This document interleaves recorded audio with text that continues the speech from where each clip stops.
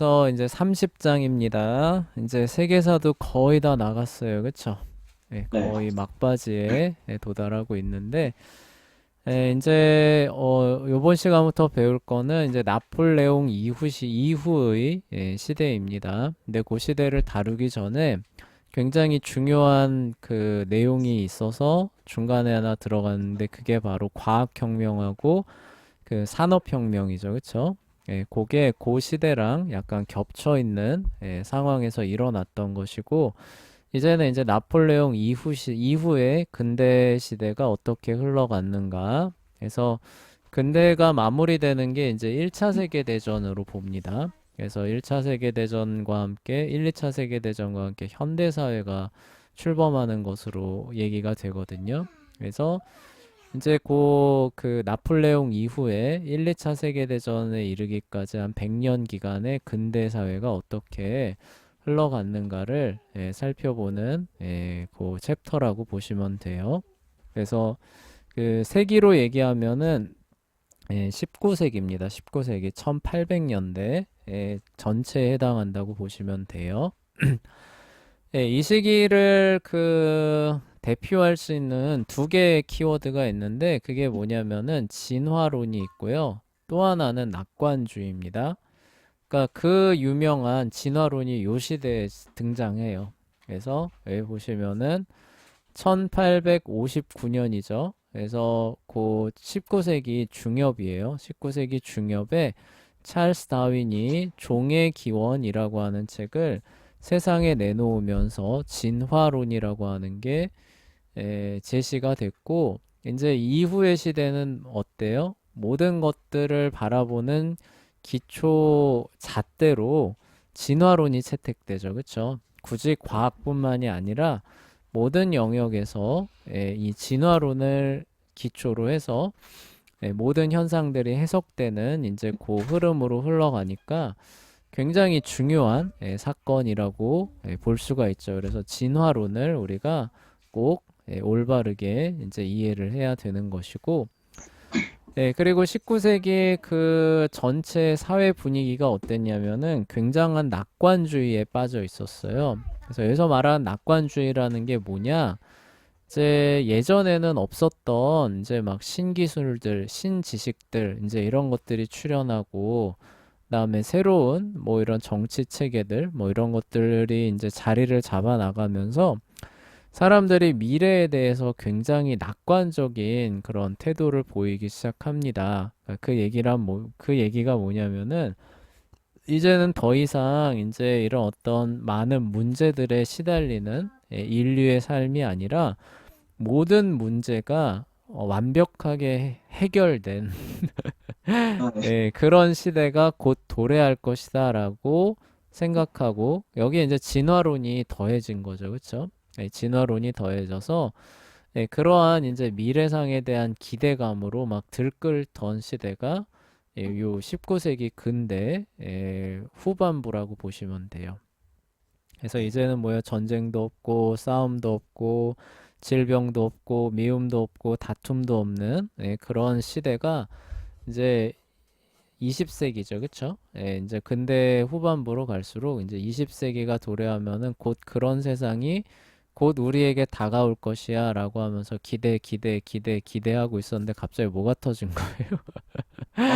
아, 네. 1차 세계대전, 그리고, 1차 세계대전 터지고 나서, 이거 뭐지? 이거 뭐지? 그러니까 아직 완전히 안 깨진 거죠, 그런 낙관주의가. 이거 뭐지? 이거 뭐지? 하다가 조금 뒤에 뭐가 터지는 거예요? 2차 세계대전 터지면서, 아, 이게 아니었구나.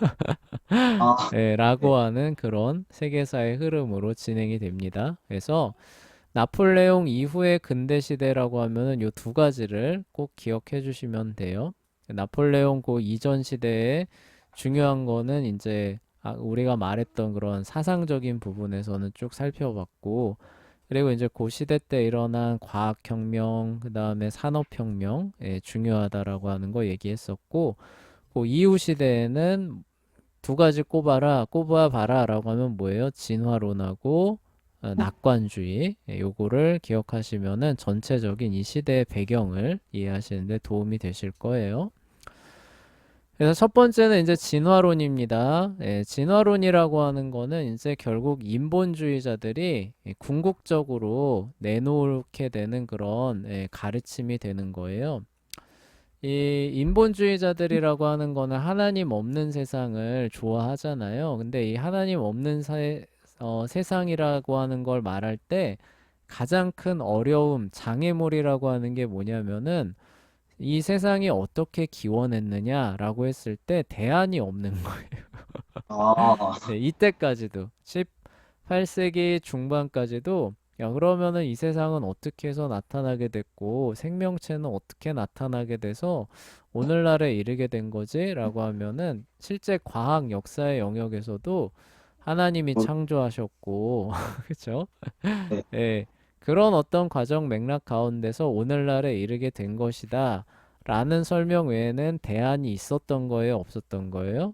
어떤 없었던 거. 겁니다. 그런데 이제는 뭐예요? 자율이성이라고 하는 개념이 굳건하게 자리를 잡으면서 기원의 문제도 뭘로 해석하는 거예요? 자율이성으로 하나님이 없는 이성적 사고, 그러니까 가설이죠. 이성적 가설을 통해서 그 문제들을 해설하고 해결해 보려는 시도들이 나타나기 시작하는데 그런 어떤 과정에서 결국 성공한 게 뭐라는 거예요? 진화론이란 얘기예요. 그리고 다윈이 진화론을 주창한 것으로 흔히 여겨지는데 이미 다윈이 얘기하기 이전에도 비슷한 얘기들을 한 사람들이 많이 있었어요. 들은 것 같아요. 네? 뭐라고요?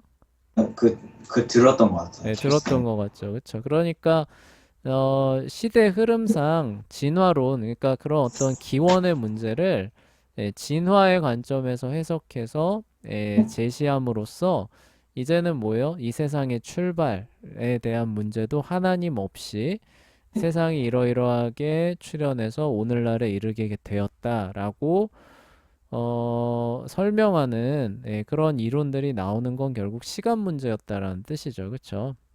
예, 네. 그리고 결국 그게 1960년대쯤에 이르러서 이제 공식적으로 제한이 된 것이니까 이성을 그 신봉하는 그런 그 인본주의자들이 여기에 열광하겠죠. 그렇죠? 아, 드디어 그렇죠. 예, 드디어 종교의 미신을 벗어 던질 수 있는 진정한 그런 어떤 그 이론이 나왔다라고 하면서 진화론을 이제 그 열정적으로 옹호하면서 이제 그 기독교적인 그런 부분들을 역사와 과학, 그다음에 사회의 측면에서 몰아내려고 하는 에, 이성주의자들이죠, 그렇죠? 이성주의자들의 그런 활동들이 굉장히 거세지는 게 19세기라고 보시면 돼요. 그래서 이제 이게 그 확장이 돼서 자유주의 신학이라고 하는 게 기독교 내에서도 나오잖아요. 그래서 그러면은 네. 거기에 맞춰서 성경의 내용을 저기 그 우리가 알고 있었던 내용이 아니라 거기에 맞는 내용으로 교정한 그런 기독교 신학이 나오게 되죠. 그렇죠? 아, 네, 자기 맘.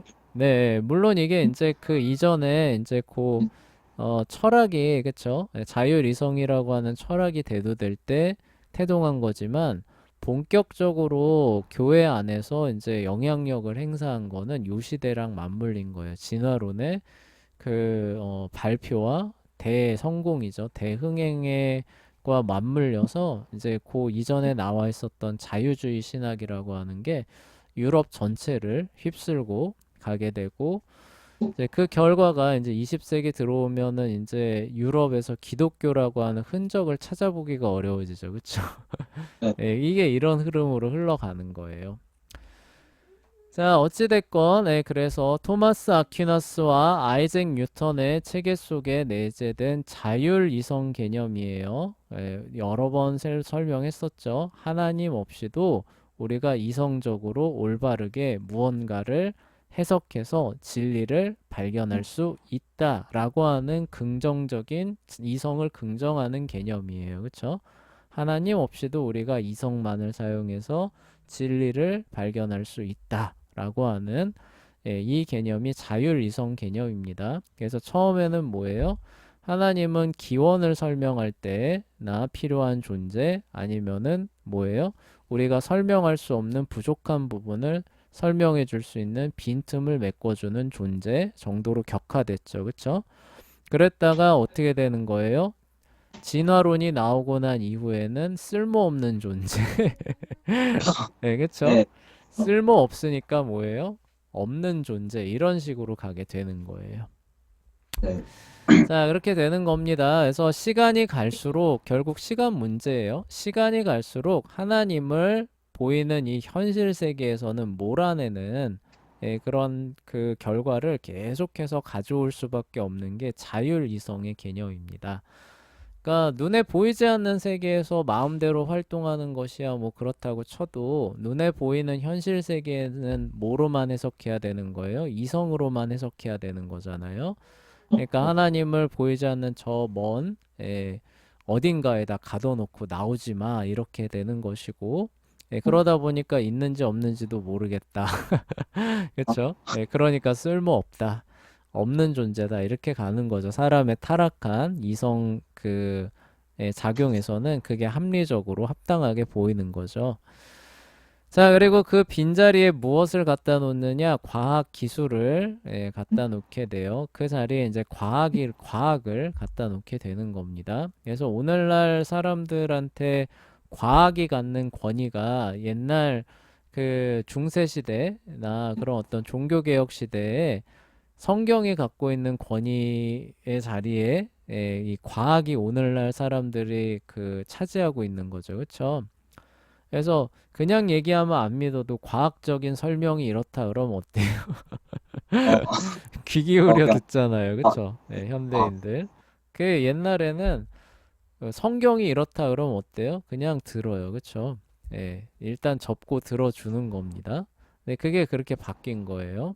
그러니까 그 자리에 현대 과학이 간 거죠. 자, 그 결과 사람들은 하나님 말씀보다는 과학을 더 굳게 믿고 의지하기 시작해요. 그래서 권위가 이제 그쪽으로 가기 시작하니까 어떻게 되느냐? 과학하고 성경 말씀하고 안 맞기 시작한다. 그러면 뭐에다가 성경을 맞춰요? 과학에다가 성경을 맞추는 쪽으로 가게 되는 거예요. 네, 네. 그게 바로 그 자유주의 신학이라고 하는 아까 말씀드린 그 얘기가 되는 거예요. 자, 또한 하나님 말씀은 자연과학이나 역사처럼 객관적이고 실제적인 영역에서는 뭐예요? 유효하지 않다라고 판단을 하게 되죠. 그쵸? 왜요? 이성적으로 우리가 봤더니 사실이 아니라는 거죠. 그쵸? 예, 네, 아니라는 거예요. 그쵸? 그래서 그럼 사실이 아니지만 효용성은 없느냐? 효용성은 있다는 거죠. 뭐예요? 사람을 조금 착하게 만드는. 그래서 우리 볼테르에서 봤잖아요. 그쵸? 네. 예, 볼테르가 저 사실은 아니지만 지옥 설교 교회에서 열심히 하게 해야 된다. 그래야 사람들이 좀 겁을 먹고 착하게 살려고 하게 되면서 사회 질서가 유지되지 않겠느냐 이렇게 얘기하잖아요. 그쵸? 네. 그래서 사실의 영역에서는 유효하지 않다. 그쵸? 사실이 아니다는 거죠. 그쵸? 그 얘기는. 그리고 대신에 뭐예요? 개인적인 정서나 도덕성의 함양의 측면에서는 그냥 활용해라. 그쵸? 착하게 살아라, 희생해라 이런 거 가르치니까 기독교 좋지 않느냐. 굳이 예수님이 뭐 하나님의 아들인지 아닌지 아, 자, 그분이 네. 정말 죽었다가 3일 만에 부활했는지 아닌지 뭐 이런 거 사실이 아니면 어떠냐는 거죠. 그쵸? 네, 네. 거기에 예수님의 성경에 기록된 가르침에 따라서 마음의 감동을 받고 어 그쵸? 베푸는 삶을 살면 그 좋은 거지. 이렇게 이제 사람들이 생각하게 시작했다는 거죠. 그쵸? 그리고 이제 종교가 왜 존재하느냐라고 하는 부분도 바뀌어요. 옛날에는 종교라는 게 뭐냐라고 하면 곧 진리예요. 그죠? 아, 종교는 뭐냐? 곧 진리고 생명이고 영생이랑 직결되는 문제였는데 요즘엔 종교는 뭐냐라고 하면 뭐예요? 마음의 평안과 아니, 위안. 그쵸? 예. 이런 거로 바뀌어요. 그쵸? 예, 그 다음에 뭐예요? 사람들이 싸우게 하지 않고 세상에 평화와 안정을 가져다 주는 예, 그런 게 종교라고들 생각하죠. 그래서 뭐 종교를 위해서 저기 뭐냐 뭐 목숨을 건다 이러면 어때요? 아 이거 굉장히 극단적이지 않느냐 그쵸? 네, 뭐 테러리스트야 예, 이렇게 생각하게 되잖아요 그쵸? 예, 네, 진리의 문제다 이렇게 하게 되면 무서워 그쵸? 얘 왜 이래 얘 위험한 사람이야 비이성적인 사람이야 이렇게 되잖아요 그쵸? 그런 것들이 다 이런 데서부터 출발한 겁니다. 선생님이 전전단락에서 전전 챕터에서 다 얘기했던 거예요.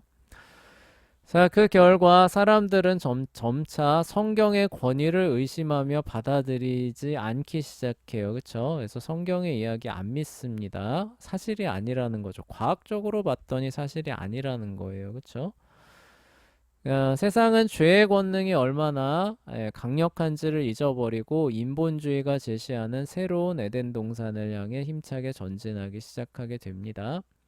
문제는 뭐냐면은 성경의 권위를 사람들이 이제 믿지 않게 됐을 때 일어나는 결과인데 이전에는 기독교가 그래도 뭐라고 가르쳐요? 인간이 타락했다라고 가르치죠. 그쵸? 예. 네, 그러니까 무언가를 행동할 때 이렇게 무모하게 그쵸? 인간을 믿고 네, 네, 행동하는 것을 굉장히 조심하고 꺼리게 됩니다. 그쵸? 왜요? 인간이 타락했기 때문에 그랬다가는 큰 재난이 온다라는 거를 본능적으로 아는 거죠. 그쵸? 그런데 이제 뭐예요? 성경을 안 믿기 시작하는 거예요. 그런데 거기다가 예전에 인간이 타락했기 때문에 매사에 조심해야 돼, 절제해야 돼, 그쵸? 인내해야 돼. 이제 이런 얘기가 귀에 안 들리잖아요. 그쵸? 네, 예, 그러면 어떻게 돼요? 예전에 네가 죄인이기 때문에 이러이러한 건 하면 안 돼. 불가능한 거야. 라고 했던 것들을 넘어서기 시작하죠. 그쵸? 그게 왜 불가능한 거야? 할 수 있어. 이런 거죠. 그쵸?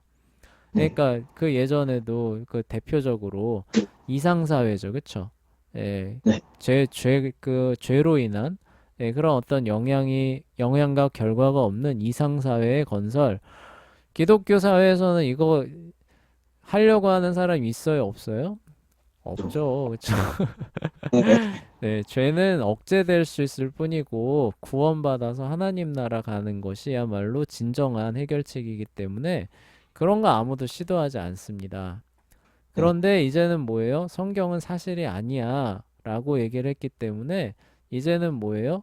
인간의 도덕성을 완전에 이룰 수 있는 과학 법칙을 우리가 발견하기만 한다면 어떻게 되는 거예요? 완전한 인간을 만들어내서 완전한 세상을 건설하는 것도 불가능하지 않다 이렇게 얘기를 하게 되는 거예요.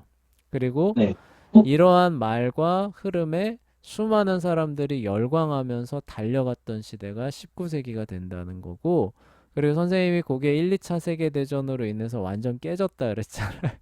네, 그게 그 아, 얘기인 거예요.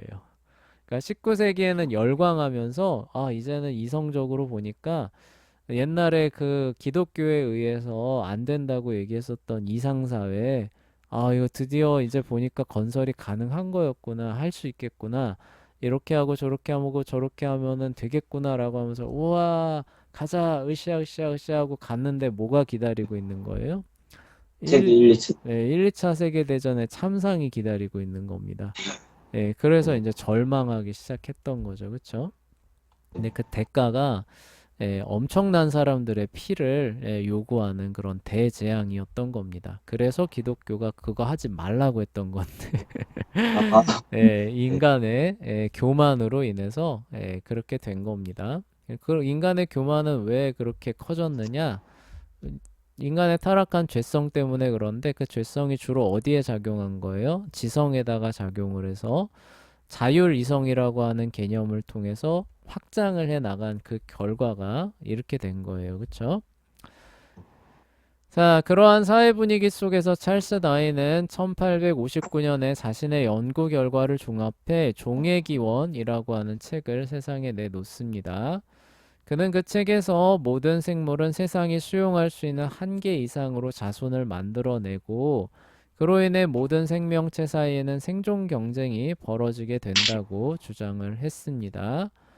그러한 생존 경쟁은 어떤 생명체가 생존하는데 더 유리하게 변이를 가져오게 된다고 하면서 그 생존 경쟁으로 인해 승자와 패자가 갈리게 된다고 주장했지요. 그렇게 그는 이 세상에는 변이로 인해서 환경에 더 적합한 특징을 갖게 되는 개체가 살아남고 이게 뭐예요? 승자라는 거죠. 그쵸? 그렇지 않은 개체는 어때요? 이거 패배한 거죠. 패배해서 멸종하게 된다는 적자 생존의 개념, 원리를 제시를 하게 돼요. 또한 생존 경쟁의 승패를 좌우하는 변이는 자연이 만들어내므로 자연이 어떤 개체가 살아남을지 사라지게 할지를 스스로 결정한다는 자연 선택이라고 하는 개념을 바탕으로 진화론이라고 하는 걸 발표합니다. 그러니까 다윈이 발표한 진화론이라고 하는 거를 두 개의 단어로 요약하면 이거예요. 적자 생존과 자연 선택이라는 거죠. 그렇죠?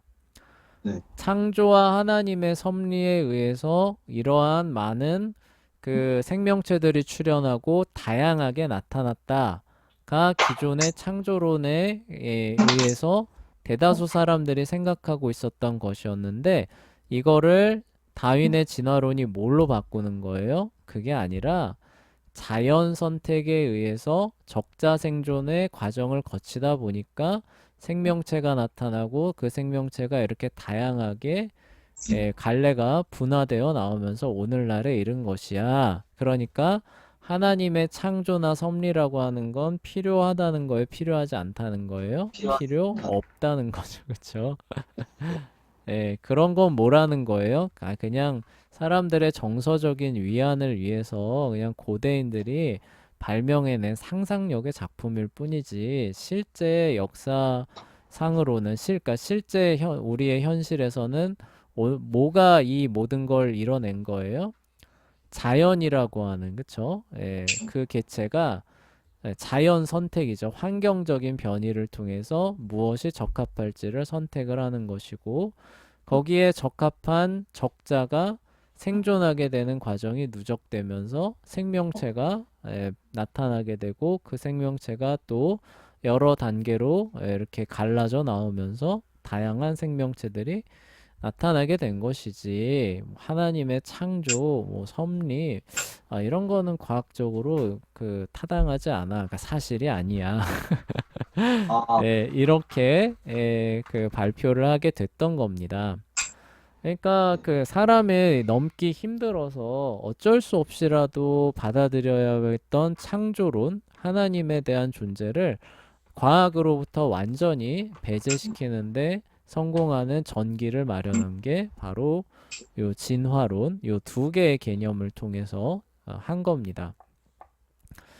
근데 이 적자 생존과 자연 선택이라고 하는 이 개념이 과학적으로 봤을 때 별로 그렇게 좋은 개념이 아니에요. 아, 별로 그렇게 좋은 개념이 아니라는 게 후대 연구가 이렇게 쭉 진행되면서 이제 그 밝혀집니다. 그래서 뭐지? 그 후대 그 요즘에 다윈주의자들은 다윈이 이 진화론을 채택했던 두 개의 기둥처럼 생각했던 이 개념들을 거의 포기했어요. 아, 거의 포기합니다. 거의 포기하고 다른 식으로 이렇게 전환하는 그런 모습을 이제 보여주고 있어요. 그래서 그러니까 저 두 개념이 자기들한테 불리해서. 그게 과학적으로 계속 검증을 해보다 보니까 특히 이제 유전학의 발달 이후로 그리고 이제 이때는 저기 고생물학, 화석학이라고 하는 게 별로 발달하지 않았던 시대거든요.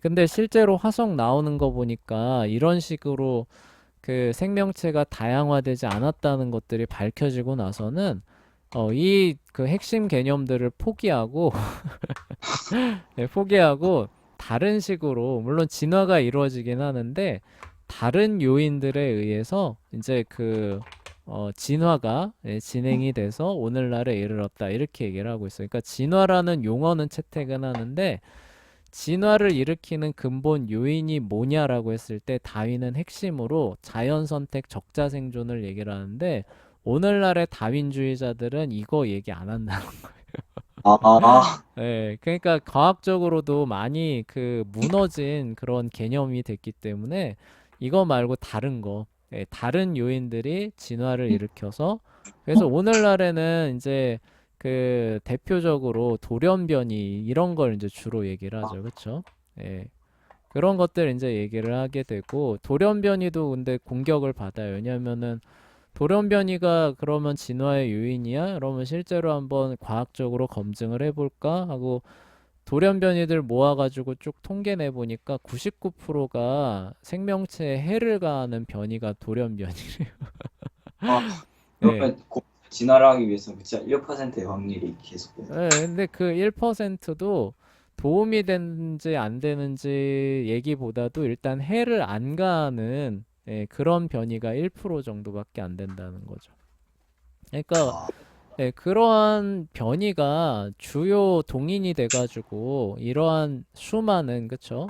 생명체를 만들어냈다라고 말하면은 말이 안 되죠, 그쵸? 그래서 이제 창조론자들이 이제 반론을 제시를 하죠. 야, 돌연변이가 어떻게 진화의 요인이 되느냐? 뭐의 요인이 된다는 거야? 질병의 요인이 되겠지. 아, 무슨 얘기인지 아시겠죠, 그쵸? 예, 그럼 질병이 진화를 이끌어낸다는 거냐? 이제 이 얘기하면 뭐라 그래요? 네, 할 말이 할, 없는 거죠. 그쵸? 그래서 하여간 이 진화라고 하는 개념은 굉장히 과학적으로 그 타당성이 많이 없어요. 이런 식으로 가다 보면은. 하여간 그런 상황이라는 걸 알고 계시고, 근데 하여간 처음 발표됐을 때는 사람들이 여기에 열광했다는 거죠. 그쵸? 예, 네. 드디어 이제 그 기원의 문제에 있어서도 우리가 합리적인 진정한 사실에 해당하는 설명을 우리가 발견했다. 이렇게 하면서 아, 우리가 이렇게 존재하게 된 것은 하나님이 창조해서 그다음에 많은 섭리 가운데서 우리가 이렇게 오늘날 존재하게 된 것이 아니라 뭐예요? 옛날 한 옛날에 그쵸? 네. 원시 세포가 있었는데 그 원시 세포가 이렇게 또 다세포로 진화를 하고 그 다세포가 뭐예요? 또 이제 그 어떤 그쵸? 무언가로 하고 그리고 이제 뭐 유인원이라고 하는 데서 뭐 원숭이도 갈라져 나오고 오랑우탄도 갈라져 그쵸? 그래서 네. 결국 우리가 존재하게 됐다. 예. 그리고 그 모든 과정에서 이 과정이 진행되게 된 동의는 하나님의 창조나 섭리가 아니라 뭐예요? 자연 선택과 적자 생존에 의해서 사실 이루어진 것이다. 이렇게 주장을 했을 때 그 당대 이제 그 인본주의자들이 이제 열광을 한 겁니다. 드디어 창조론을 넘을 수 있는 진정한 사실적 과학 이론이 제시됐다라고 하면서 열광하면서 그것을 이렇게 채택하고 퍼뜨리는 그 일이 1800년대 중반대에 일어났던 일이고 그 흐름이 이제 계속 가면서 이제 계속 굳건해지는 거죠. 그렇죠? 계속 굳건해져서 단순히 과학 영역에만 진화론을 적용하는 것이 아니라 이제 전방위적으로 정치, 경제, 사회, 문화 전방위적으로 적용되는 시대가 이제 그 뒤에 따르게 돼요. 그러니까 인본주의자들에게는 진짜 그 획기적인 사건인 거죠. 그렇죠? 기독교를 드디어 사실의 영역에서 완전히 그러니까 눈엣 가시 같은 거잖아요. 그렇죠? 열심히 설명하려고 하다가 기원 문제 얘기하려고 그러면 할 말이 없어지는 그런 상황이었는데 그 문제를 드디어 이제 그 할 수 있는 그런 이론이 제시가 됐으니까 얼마나 기뻤겠어요. 그리고 그것을 바탕으로 해서 전방위적으로 모든 것들을 재편하려는 요런 상황이 19세기 나폴레옹 이후 시대 때 활발하게 이제 일어나게 됐던 거죠. 그리고 이제 그 이론을 1871년에 사람의 유래라고 하는 책에서 사람에게 적용을 한 거예요. 그래서 하나님이 그분의 형상으로 창조하신 존재가 아니라 유인원으로부터 그쵸 갈라져 나오는 그런 한 어떤 존재다. 그러니까 이 얘기는 뭐예요?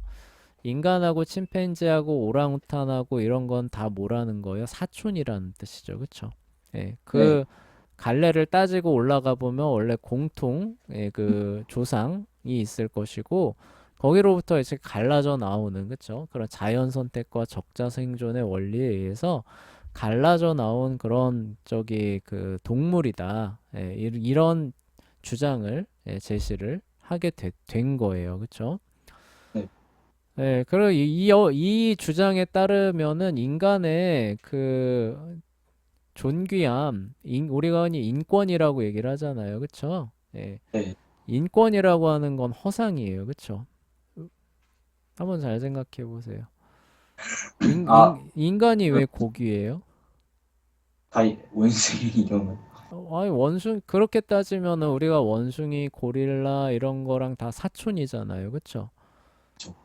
그러면 똑같이 적용돼야지. 왜 인간은 고귀하고, 그렇지 않아요? 원숭이들은 다 동물원에 있고. 짐승은 왜 그러고 있어요? 이거 만약에 우리가 누리는 인권의 차원이라고 하는 게 맞다면은, 동물들 그렇게 다루는 거야말로 중범죄 아니에요? 예. 왜 인간만 고귀해요? 그쵸? 네. 예, 이렇게 되는 거예요. 그쵸? 네. 그리고 동물을 만약에 그런 식으로 대할 수 있다, 정당하다라고 하게 되면은 인간을 고귀하게 대하는 것도 의미가 없는 거죠. 그쵸? 예, 인간 네. 잡아다가 사육해도 되는 거예요. 그쵸? 네. 끔찍한 얘기죠. 그쵸? 예, 그러니까 이 주장에 함축하는 의미들을 생각을 해보면은 굉장히 끔찍한 얘기입니다. 그쵸? 예. 네. 그러니까 인간은 고귀한 존재가 아니라는 거예요. 그냥 뭐예요? 고깃 덩어리에 불과하다는 뜻이고 짐승에 네. 불과하다는 뜻이에요. 그쵸? 네. 예. 그런데 그런 사실도 모르고 자기가 고귀한 줄 알고 착각하고 살아가면서 뭐 도덕이니 뭐 사랑이니 뭐 이딴 네. 이 진화론의 함의가 그거예요, 실제로. 예. 그런데 또 그렇게까지 하면은 이제 저기 매장당하니까 또 그렇게는 못하죠, 그쵸? 아, 예, 그렇게는 못하고, 예, 그 부분에 대해서는 이제 입을 다무는 거죠, 그쵸? 어찌됐건, 예, 우리는 그렇게 해서 진화되어 나온 존재고, 그 뭐냐, 그런 어떤 과정에서 살아가고 있는 어, 존재이기 때문에 예, 모든 생명체들을 사랑해주고 존중해줘야 된다. 이제 이런 식으로 아, 그러니까 회피하는 거죠, 그렇죠? 네. 회피하는 그런 세상에서 우리가 살고 있어요. 하여간 그래서 진화론이라고 하는 거는 과학적으로 봐서도 문제점이 많아요. 주요 동인들이 거의 다 공격받아서 무너진 상태입니다. 진화를 일으키는 주요 동인 동력들이. 그래서 과학적으로 봐서도 부실하고, 그 다음에 또 어떤 측면에서 봐서도요, 철학과 윤리의 차원에서 봐서도 굉장히 부실한 철학이 돼요. 아, 무슨 네. 얘기인지 아시겠죠? 그쵸? 예, 네. 이게 진짜 역사적, 과학적 차원에서 사실이라면은, 어, 이 세상은 아무런 소망이 없어요. 예, 예. 그런데 우리는 그거 뭐 본능적으로 그게 틀렸다라고 얘기를 하잖아요. 그쵸? 네. 예, 그러면은 이게 잘못된 이론이라는 거죠. 아, 그쵸? 네. 예, 그렇게 보시면 됩니다. 그런데도 왜 사람들은 여기를 놓지 못하느냐? 그런 문제점들을 일단 얘기를 해줘도 듣기 싫어서 귀를 왜 막느냐? 그렇게 하게 되면은 대안이 뭐밖에 없는 거예요? 하나님밖에 없잖아요. 그쵸? 아, 네. 예, 그럼 그게 아니야? 그럼 우리가 왜 이 세상에 나타나게 됐어? 왜 여기까지 오게 됐어? 그럼 아, 창조주 아니야? 기독교 사실 아니라며. 왜 기독교 사실 아니야? 이렇게 되면 뭐예요? 지금까지 이렇게 해왔던 이성주의적 업적 전체가 다 무너지겠죠. 그쵸? 이거 다 네. 재평가 받아야 되는 거예요. 그쵸? 네. 그걸 받아들일 수 있어요? 없어요? 뭐, 없죠. 그쵸? 그래서 붙들고 가는 게 진화론이에요. 그래서 여기 보시면은 이런 부분들을 잘 알고 있는 이제 아무래도 많이 연구한 교수들은 이런 맹점들을 잘 보잖아요. 그래서 오버린 대학에 조지 F 라이트라고 하는 교수가 있는데 교수가 다윈의 이론을 과학적으로 평가를 해봤어요. 그러니까 한 10분의 1 정도는 과학적 요소가 있다. 과학 이론의 요소가 있다. 그런데 그 레벨은 어떻다는 거예요? 배드 사이언스다. 굉장히 네, 예, 근거가 탄탄하지 않은 그러니까 곧 무너질 그런 어떤 형태의 과학 이론이 다윈의 진화론의 10분의 1을 차지하고 있고 나머지는 뭐예요? 인본주의 철학이 메우고 있다는 거죠. 그 인본주의 철학의 핵심은 뭐예요? 하나님 없는 세상을 좋게 여기는 그 인간 중심 철학이라는 거죠. 그쵸? 네, 그런데 그 인간 중심 철학을 자세히 뜯어보면은 뭐가 나와요? 악과 같은 결과가 나오는 그런 철학이 자리를 메우고 있다는 거예요. 그쵸? 네. 예. 아, 그래서 나머지 10분의 9는 나쁜 철학이다. 그러니까 굉장히 나쁜 과학과 그러니까 같은 철학이라고 해도 좀 인간을 그에게 좀 도움을 줄 수 있는 철학도 있을 수 있잖아요. 그쵸? 예, 네. 그런데 이 함의를 따져보면은 인간을 굉장히 참 비참하게 만드는 악하게 만드는 요소로 가득한 그런 거에 의존해서 돌아가는 게 진화론이다. 이렇게 얘기를 하죠. 자, 그래서 볼게요. 그가 내놓은 진화론은 뉴턴이 규명한 만유인력의 법칙처럼 실험적 확증을 거쳐서 확립된 과학 법칙이 아니에요. 그쵸? 우리가 네. 아리스토텔레스의 과학에서 맹점이 뭐냐라고 했을 때 실제 이 세상의 확증을 안 받는다고 했죠. 그쵸? 그래서 네. 대전제만 타당성이 있으면 결론도 타당한 거지. 뭐하러 굳이 확인해? 이거였잖아요. 그쵸? 네. 그런데 실제로 그런가 아닌가 확인해 보면 아닌 경우들이 수두룩뻑뻑하게 나왔다는 거죠. 그쵸? 그게 근대 과학에서의 그 차이점이라고 얘기를 했잖아요. 그쵸? 그래서 우리의 생각을 믿기보다는 뭘 봐야 된다? 실제 세상이 돌아가는 원리를 봐야 된다라고 하면서 근대 과학이 나오잖아요. 그래서 실험적 확증이 우리가 생각했던 대전제를 깨면은 뭐예요? 즉각 그 이론과 생각을 폐기하고 거기에 맞는 아, 그쵸? 예, 가설을 다시 세울 것을 요구하는 게 현대 과학, 근현대 과학이잖아요. 그래서 오히려 이게 더 낫다. 왜요? 타락한 인간의 생각을 절대적으로 의지하기보다는 뭐예요? 노아 홍수 이후에 세상을 안정되게 운영하겠다고 하신 언약, 하나님의 약속을 끊임없이 확인해 가면서 자기 생각을 맞춰가는 방식으로 돌아가는 것이기 때문에 오히려 낫다. 오히려 정확도가 더 높을 거다. 라고 하면서 손 들어줬던 거 기억하시죠? 그쵸? 네. 그런데 진화론에는 이러한 요소가 들어갈 수 있어요? 없어요? 없죠. 어, 예, 진화를 어떻게 실험해서 확인할 거예요? 그렇죠. 네. 없어요. 이제 그러다 보니까 어떻게 되는 거예요? 그냥 우리 아리스토텔레스의 과학 이론처럼 그럴듯하게 말이 되는 가설들만 늘어놓게 되고 그 가설이 타당하다라고 하는 것들을 어디에서 근거로 삼느냐? 실험적 확증에서 삼는 게 아니라 뭐예요? 인본주의적인 철학과 타락한 그 마음에서 찾게 되는 거예요.